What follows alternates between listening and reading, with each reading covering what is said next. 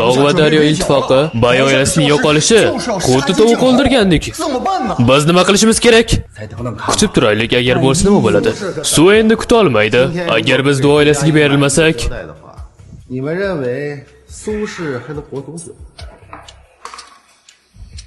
bu to'g'ri, hozir suv oldida.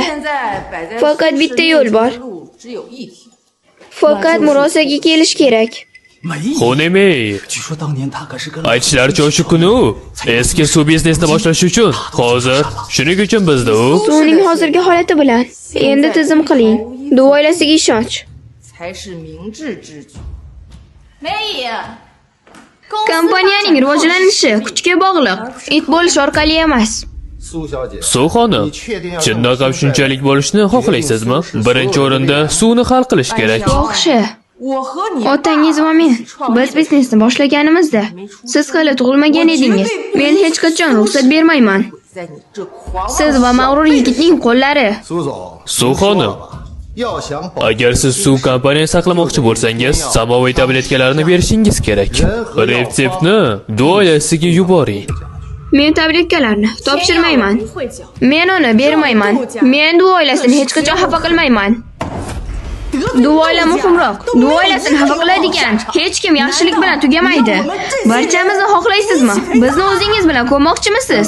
Tog' va daryo ittifoqi kompaniya bankrotga uchrashi mumkin. Pul esa yo'q. Qanday qilib qadr-qimmat haqida gaplashishimiz mumkin? Bu to'g'ri emasmi? Tog' va daryo ittifoqi. Sizda nimadir bor. Bu yerda Dongning suv oilasiga qo'shilish uchun.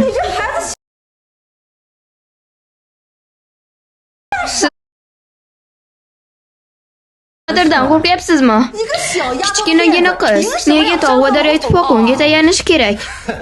Chinda bir necha so'z aytgandan keyin bo'ladi deb o'ylaysizmi? Va barchamiz bunga ishonamizmi? Bu to'g'ri. Hammasi joyida. Tog' va daryo ittifoqi suvkalarni yo'q qilish uchun yetarli darajada kuchi bor. Suvkalarni bir necha bor yo'q qilish kifoya.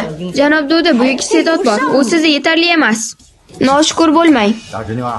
Jiyan, u ayolni kompaniyaga qabul qilma. Du oilasiga ber. Xizmat qilish yaxshi. Nega unga uylanmaysiz?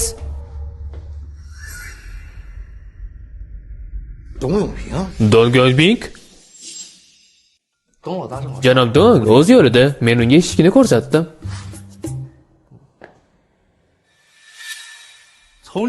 Hozirdan boshlab Shanxay ittifoqi suvning xavfsizlik tizimi ostida bo'ladi. Suv qonunga tegishga jur'at etgan har bir kishi meni dushmanimdir. Dong Yongbing, hayotingda to'yganmisan? Sen o'z oilangga xiyonat qilding. Su Yanjao, sen chindan yaramassan. Sen Du oilasini xafa qilding. Qanday yashashing mumkin? Men Suv oilasidan voz kechaman. Biz ham voz kechamiz. Ha, hammamiz ishdan bo'shatamiz buni. Hech qaysing gapirma. Juda yaxshi. Dong Yongbing, Du oilasi seni qo'yib yubormaydi. Tog' va daryo ittifoqi seni kutadi. Suv oilasi barbod bo'ladi. 你们真是疯了！苏万强，我不管你花多少钱收买了董永平，你现在得罪了杜家，就算是 Xato, Tog' va daryo ittifoqi ham befoyda. Ular kelishsin. Agar ular kelishmasa, o'zim boraman. Nimalar deyapsan? La'nati. Endi menga ishondingizmi? 林说是我的。